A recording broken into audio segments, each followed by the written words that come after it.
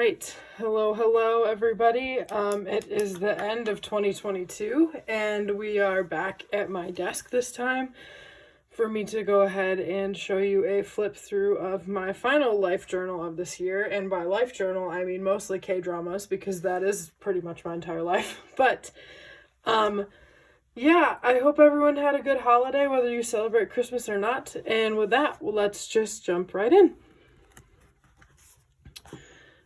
I hope that you can see all of this, but because my tripod's a little bit weird, but cover page.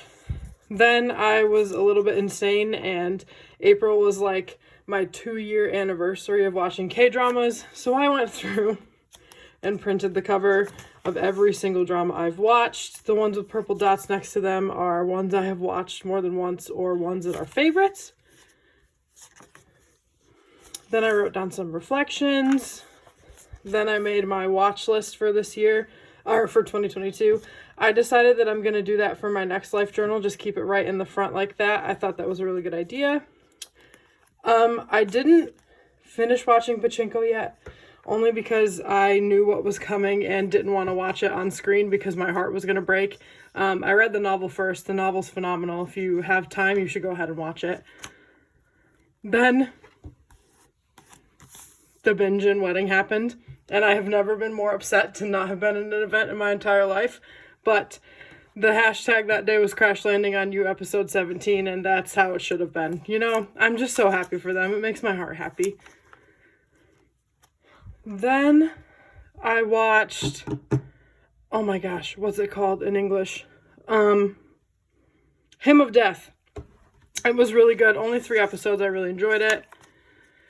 Then I have my April playlist, some April highlights. Then I watched Yacha, which is Jin Young's gangster movie, spy gangster thriller movie. It was really good. I really enjoyed it. I've watched it again since. Then I rewatched One Spring Night. That show is really good, and I really like how I did this little cluster over here. Then it was May highlights. My playlist, I did some like changes and how I was going to journal, used up some fountain pen ink. I started Tomorrow as that was airing. I really enjoyed that show. You should watch it. Then Ji Chun-wook was in Anara Sunmanara, and that's just the sound of magic, I think it's called. And this was really good. I think it addressed a lot of like important topics about like adulthood and being successful and what does it mean to be successful. And butterflies were a big thing, so I put some butterfly stickers on there. I watched Again My Life. Not my favorite. Probably wouldn't watch it again, but I really liked the cast. Then I watched Nawi Nara. And this show was so good. I really, really loved it. I thought that the political intrigue in it was really, really great. And I also loved the cast. That was a really good show. Then I watched Still 17. Again, amazing. Just a fun rom-com. It was just really cute. Oh, I forgot to... Oh, no, I did write June up there. Did June cover page, June highlights. His last name is Young, not E. But, you know, here we are. Messed that one up, but it's okay. I wrote some of his dramas that I really enjoyed, and then a little bit about why I like him as an actor. Top 15 drama list. Most of these are the same. Some of them may have changed since I've watched some new ones this year that are really, really great. But most of these have not changed since I started watching dramas. Then I decided to make an ultimate bias list. You can see my life has been overtaken. It's fine. We're here. We're thriving in pain. Then I watched Why Her. I think Why Her is probably one of the better dramas that I watched this year. I loved the writing. I thought it was so good. Yumi Cells 2, wasn't a fan of the ending of that. Then I watched You Were My Spring, which I really, really enjoyed. I am kind of a little bit whipped for the Hyun Shin. Oh, I forget her name, but it's coming up in here. But I watched like 4 of her dramas like right in a row, and she's phenomenal. Girl can do anything. Then I did a quick little summer vibes music spread. I was really digging Our Beloved Summer, Starlight, Darling by 17, and then Across the Room by Public Library Commute. June playlist, I rewatched Happiness. I watched Soundtrack 1. Then I went to New York City to see Stray Kids. Then I have my July. Here's a little Hyunjin. I had July highlights. July playlist. I did a little thing for Han. I did this thing for John Oliver, and there was this part, or this episode, where he was talking about like the postal system and how he wanted to create stamps. I bought the stamps. It was a while ago, but I found the sheets of them, so I just put 4 of them in there so that I could always have them. So Hyunjin, that's her name. I love her. I think she's a great actress, and we'll watch anything she does. Yep, there we go. Drama number 3, Beauty Inside. She was in this. This show was amazing as well. I did a quick update. I rewatched Sunbae, Don't Put On That Lipstick. I watched Shooting Stars as it was airing. That was really cute. Then there's an August recap. Then my heart. My entire heart. I watched Extraordinary Attorney Uyeongu, if you could not tell. I, for one, love the way the spread turned out. I think it's so cool. I love how my lettering turned out. Just everything about this spread was really fun. And then I fell in love with Kang Tae-ho. It was fine. And then we had our church camp, which was really fun. We went up to the mountains. There was some fun stuff that happened while we were there. Then episode 10 of Uyeongu, if you haven't watched it, it's when the 2 leads kiss for the first time, and it was so cute. And I just went through and wrote a bunch of stuff about their relationship. So it's like this on, and I like the way this paper looks, kind of like a whale tail. So this was from episode 16. This was from episode 10. And then I just wrote some thoughts about episode 10.